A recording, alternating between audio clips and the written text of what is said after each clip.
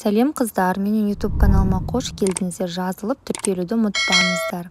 Осындай керемет бір кесе айраннан жасалатын жасалу жолы өте оңай пирогтың рецептісімен бөлісетін боламын сіздермен.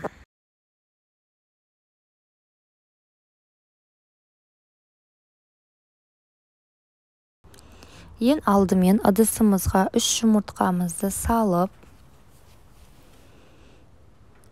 оған бір кесе құмшекерімізді салып, жақсылап миксердің көмегімен араластырып алатын боламыз. Яғни мынау жұмыртқамыз бен құмшекеріміз көпіргенше араластырамыз, жақсылап осылай миксерлеп шығамыз. Осылай шекеріміз бен жұмыртқамызды араластырып болғаннан кейін бір кесе айранымызды құятын боламыз.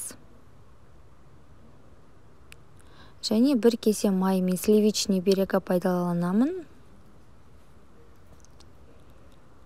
Кішкене сода және разрыхитель.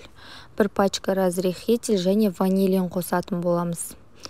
Ванилин не обязательно қоспай қойсаңыздар да болады. Осылардың барлығын жақсылап миксердің көмегімен араластырамыз.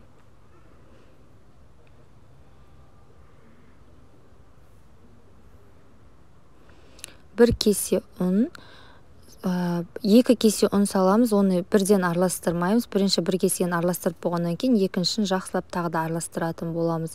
2 кесені бірдей араластырушы болмаңыздар. Мінекей осылай жақсылап араластырып барлығын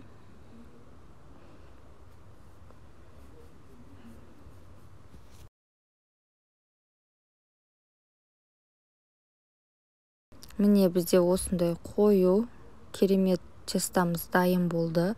Енді осыны ыдысымызға салатын боламыз. Размері кіші болған сайын пирогымыз көтеріліп пісетін болады.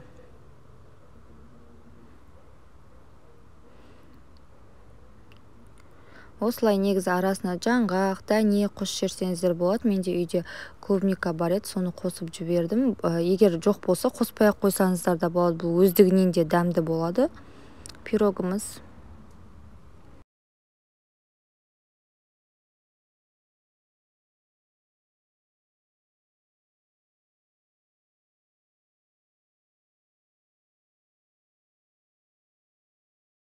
Мінекей қыздар дайын болды. Осыны печкамызда 180 градуста 30 минут пісіретін боламыз. Мінекей қыздар бір жасағаннан шығады. Өте керемет, жасалу жолы өте оңай, қарапайым рецепт.